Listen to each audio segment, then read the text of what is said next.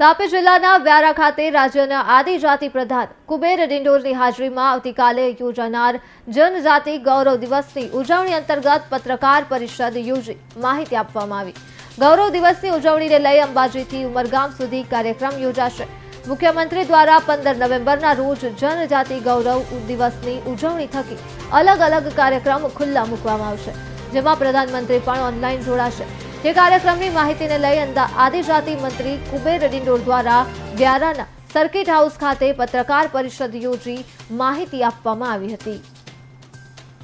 આપણા દેશના પ્રધાનમંત્રી નરેન્દ્રભાઈ મોદી સાહેબે આઝાદીના આટલા વર્ષો પછી જે આદિવાસી સમાજને જે માન આપવાનું કામ કર્યું, સન્માન આપવાનું કામ કર્યું છે, એ બિરસા મુંડા, ભગવાન બિરસા મુંડા હોય કે માનગઢની ધરતી પરથી ગોવિંદ ગુરુ હોય, એમની ઇતિહાસમાં સ્થાન આપવાનું જે કામગીરી કર્યું છે। અને આજે આવતીકાલે જે જનજાતિ ગૌરવ દિવસ જે છે, આમ તો મોદી સાહેબ ટુએ આપણી સાથે જોડાવાના છે, એના કાર્યક્રમ 11 સ્થળોએ અમે એનું આયોજન કર્યું છે। પણ આવતીકાલે આપણા ગુજરાતના માનનીય મુખ્યમંત્રી શ્રી સબરીધામ આવા ખાતેથી એનું પ્રસ્થાન કરાવવાના છે।